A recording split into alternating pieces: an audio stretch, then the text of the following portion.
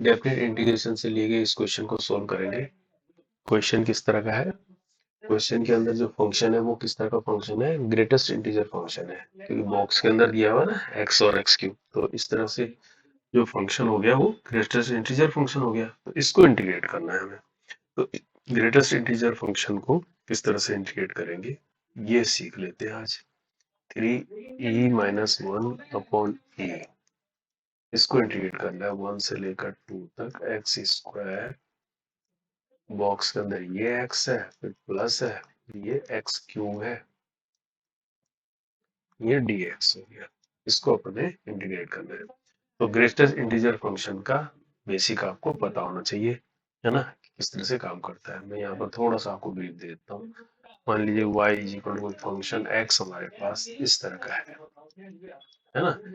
तो इसकी जो वैल्यू होती है, जो गिवन रियल नंबर होता है ना, वो क्या होता है? लेस देन या इक्वल टू होता है गिवन रियल नंबर की। यानी x की जो भी गिवन रियल नंबर वैल्यू दी होगी, है ना, उसके बराबर होगा या उससे लेस देन होगी इसकी वैल्यू।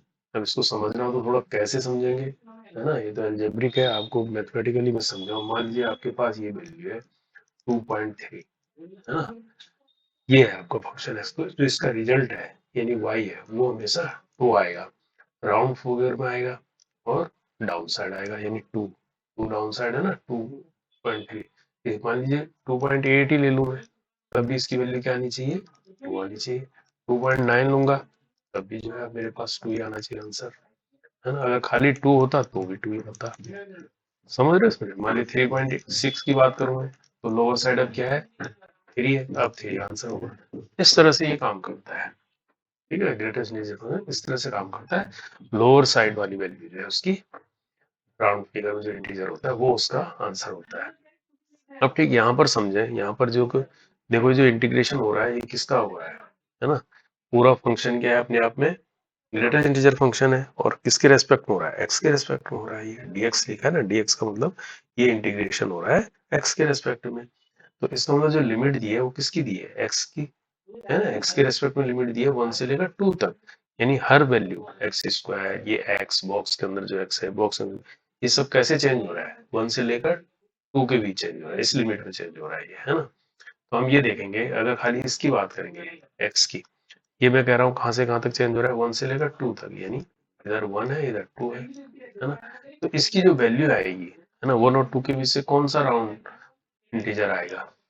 1 ही आएगा। मान लीजिए 1.8 है, इसके बीच 1.7 है, जो भी वैल्यू ले लें हम एक्स की, है ना, एक्स की किसी भी वैल्यू के लिए 1 और 2 के बीच, तो इसका आंसर क्या आएगा?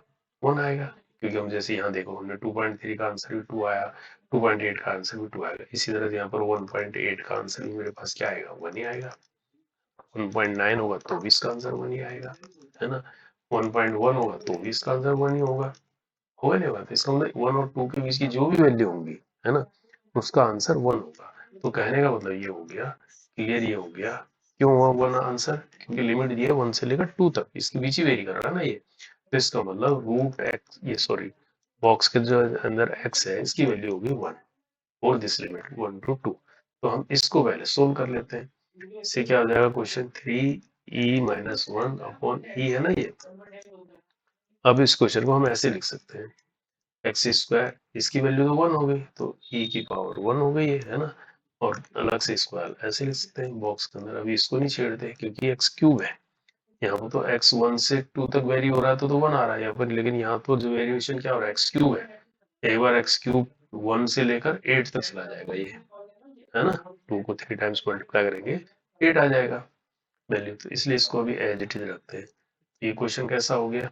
इस ई को बाहर ले लेंगे, कांस्टेंट है वो इससे कैंसिल हो जाएगा, तो बाहर क्या बचेगा? 3e-1, और ये बचेगा 1 से लेकर 2 तक एक्स स्क्वायर ई एक्स क्यूब dx, है ना। ये प्रिंसिपल आप समझ गए ना इसका, ग्रेटेस्ट इंटीजर फंक्शन का। तो इसलिए जो है ई बाहर आके कैंसिल हो गया। अब हमको इसको सोल्व करना है। अब इसको सोल्व करने के लिए यहाँ पर देखो इसने एक्स क्यूब दिया हुआ है और यहाँ एक्स स्क्वायर है, तो हम क्या कर लेते हैं? Let x square x cube को हम टी कंसिडर कर लेते हैं, तो ये आ जाएगा 3x² dx is equal to dt। इससे हमें ये मिल जाएगा x² dx, यानी x² dx क्या मिल जाएगा? 1/3 dt। है ना। अब साथ में लिमिट भी चेंज हो गई क्योंकि टी में कन्वर्ट हो गया एक्स, है ना।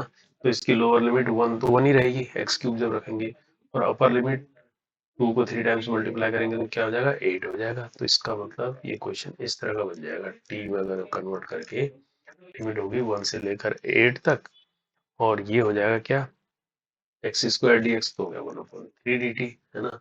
और ई जो हो गया बॉक्स के अंदर क्या हो गया, एक्स क्यूब को हमने क्या माना था, टी, और ये हो गया डी टी। तो 1/3 जब बाहर आएगा तो क्वेश्चन क्या बन जाएगा, खाली 3 कैंसिल हो जाएगा, 1 2 1 8, ई बॉक्स के अंदर हो गया टी, और ये हो गया डी टी, ऐसा हो जाएगा। अब ये इंटीग्रेशन क्या होगा, स्प्लिट होगा 1 से लेकर 8 तक, क्योंकि लिमिट होगी 1 से 8 तक, 1 से 2 तक जिस तरह से ये एक्स हुआ था, अब ये टी 1 से 8 तक हो रहा है। तो कहने का मतलब 1 से 8 के बीच कितने इंटीजर आएंगे, ये 1 है, ये 8 है, इसके बीच तो बहुत सारे आएंगे, 2 आएगा, 3 आएगा, 4 आ सकता है, 5 आ सकता है, 6 आ सकता है, 7 आ सकता है। तो कहना 1 से 2, 2 से 3, 3 से 4, इस तरह से स्प्लिट होगा ये। तो कहने का मतलब अगर ई माइनस 1 को मैं बाहर ले लूँ तो इस ब्रैकेट के अंदर ये क्या बचेगा, ऐसे इंटीग्रेट होगा 1 से लेकर 2 तक होगा, ई बॉक्स के अंदर टी डी टी, ये पहला होगा, प्लस 2 से लेकर 3 तक होगा, ई बॉक्स के अंदर टी होगा, डी टी होगा। ये बात समझ रहे हो आप, इंटीग्रेशन होगा क्या, 3 से लेकर 4 तक होगा, ई टी डी टी, समझ रहे हो, एंड सो ऑन कर देते हैं इसको सीधा, है ना। तो लास्ट वाला क्या होगा, 7 से लेकर 8 तक होगा, है ना, ई टी डी टी। ये बात समझ में आ गई, तो ये कर लिया। अब देखो, अब हमने क्या पता किया है, जब इसको इंटीग्रेट करेंगे तो ये बॉक्स टी की जो वैल्यू आएगी इस वाले के लिए 1 से 2 तक लिमिट के लिए क्या आएगी, लोअर साइड वाली आएगी ना, 1 और 2 के बीच अगर चेंज हो रहा है ये, तो 1 इसका आंसर होगा, कि बॉक्स टी का आंसर होगा 1 इस लिमिट के लिए। और 2 से 3 वाली लिमिट के लिए बॉक्स टी का आंसर क्या होगा, 2, यानी लोअर साइड वाला आंसर होगा, इसके लिए 3 आंसर होगा। तो जब इसकी पावर में इसको रखेंगे तो ये तो कांस्टेंट क्वांटिटी बन जाएगी, e की पावर 1, e की पावर 2, e की पावर 3, कांस्टेंट क्वांटिटी बाहर आ जाएगी, अंदर खाली क्या हो जाएगा, इंटीग्रेशन में dt बनेगा, dt का इंटीग्रेशन क्या होता है, t। तो कहने का मतलब ये किस तरह से बनेगा, क्वेश्चन आपका सोल्व होगा अगर इंटीग्रेशन को हटा देते हैं, सोल्व हो जाएगा। तो यहाँ आ जाएगा e की पावर 1, और ये t बचेगा, इसमें लिमिट लगेगी अब 1 से लेकर 2 तक, ये वाला e स्क्वायर बन जाएगा, इसमें लिमिट लगेगी कहाँ तक, 2 से लेकर 3 तक। इसी तरह से ये 2 बचेगा, इसमें भी लिमिट लगेगी कहाँ से कहाँ तक, 3 to 4, एंड और लास्ट वाला क्या आएगा, लोअर लिमिट 7 है, तो यहाँ आ जाएगा ये पावर 7, और इस बॉक्स के अंदर जो टी में लिमिट लगेगी वो क्या लगेगी, 7 to 8 ऐसी लगेगी। ये बात आ गई क्लियर आपको। अब जब लिमिट लगाएंगे टी में तो 2 माइनस 1 1 होगा, या 3 माइनस 2 1 होगा, ये सारे 1 हो जाएंगे। तो अल्टीमेटली आपके पास ये बचेगा, देखो ये e की power 1 E square plus E3 E4 ऐसे बचेगा, E5 E6 E7 फाइनली बचा, ऐसा बचा। तो अपने आप में क्या आ गई, सीरीज आ गई, कैसी सीरीज है, जीपी सीरीज है। तो इसका सम का फार्मूला क्या होता है जीपी सीरीज का, ए की power n minus 1 upon r minus 1। तो इससे इसको सोल्व कर देंगे, तो क्या आ जाएगा, ये फर्स्ट टर्म e है, r कितना है, r भी e है, n कितना है 7 minus 1 upon r minus 1 e minus 1, इससे ये कैंसिल हो जाएगा, क्या आ जाएगा, अंदर जाएगा e की पावर 8 माइनस e, तो ये आंसर हो जाएगा। तो इस तरह से क्वेश्चन सोल्व होगा, ठीक है। इसका जो ऑप्शन है 1 वाला, ये राइट आंसर हो गया, ठीक है।